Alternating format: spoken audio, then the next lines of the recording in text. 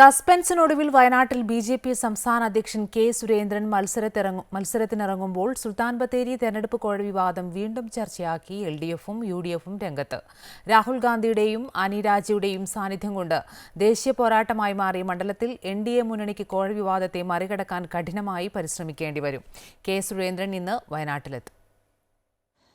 K. സുരേന്ദ്രന്റെ രംഗപ്രവേശനത്തോടെ ബി.ജെ.പിയുടെ കേരളത്തിലെ prestige മണ്ഡലമായി Wayanad മാറിക്കഴിഞ്ഞു. കഴിഞ്ഞ തിരഞ്ഞെടുപ്പുകളേക്കാൾ വോട്ട് കണക്കിലെ കുതിപ്പാണ് സുരേന്ദ്രനിലൂടെ ബി.ജെ.പി. ആഗ്രഹിക്കുന്നത്. എന്നാൽ സുരേന്ദ്രനെതിരെയുള്ള കഴിഞ്ഞ നിയമസഭാ തിരഞ്ഞെടുപ്പുമായി ബന്ധപ്പെട്ട കോഴ വിവാദം വീണ്ടും ഉയർത്തിക്കൊണ്ടുവരാൻ തന്നെയാണ് എൽ.ഡി.എഫ് തീരുമാനം. CPIM തങ്ങളുടെ ഇക്കാര്യത്തിലുള്ള നിലപാട് വ്യക്തമാക്കുകയും ചെയ്തു. അതിൽ കേരളത്തിൽ അത്തരത്തിൽ ജനാധിപത്യത്തെ പ്രഹസനമാക്കിക്കൊണ്ട് പണത്തെ ആധാരമാക്കി കോർപ്പറേറ്റ് കമ്പനികളിൽ നിന്ന് വാങ്ങിയ പണം വിനിയോഗിച്ച് സ്ഥാനാർത്ഥിയെയും വോട്ടർമാരെയും വിലക്ക് വാങ്ങുന്നതിന് ഈ കേരളത്തിൽ നേതൃത്വം നൽകുന്ന ഒരാളാണ് സുരേന്ദ്രൻ. അദ്ദേഹമാണ് വയനാട്ടിൽ സ്ഥാനാർത്ഥിയായി മത്സരിക്കാൻ വരുന്നത്. തീർച്ചയായിട്ടും ജനങ്ങൾക്ക് മുന്നിൽ ഈ പ്രശ്നങ്ങൾ വളരെ ഗൗരവത്തോടെ തന്നെ ഞങ്ങൾ ഉന്നയിക്കും.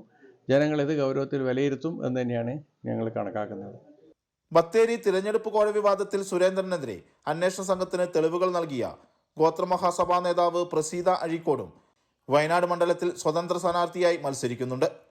പ്രസീതയും സുരേന്ദ്രനെതിരെ കോഴ വിവാദം പ്രചരണ വിഷയമാക്കാൻ സാധ്യതയുണ്ട്. രാഹുൽ ഗാന്ധിയെ മണ്ഡലത്തിൽ തന്നെ തളച്ചിടാൻ ബി.ജെ.പി. ദേശീയ നേതൃത്വം രംഗത്തിറക്കിയ സംസ്ഥാന അധ്യക്ഷനെതിരെ യു.ഡി.എഫും പ്രചരണ വിഷയത്തിൽ കോഴ വിവാദം തന്നെയാകും ഉയർത്തിക്കൊണ്ടുവരിക. രതീഷ്, അമൃത ന്യൂസ്, വയനാട്.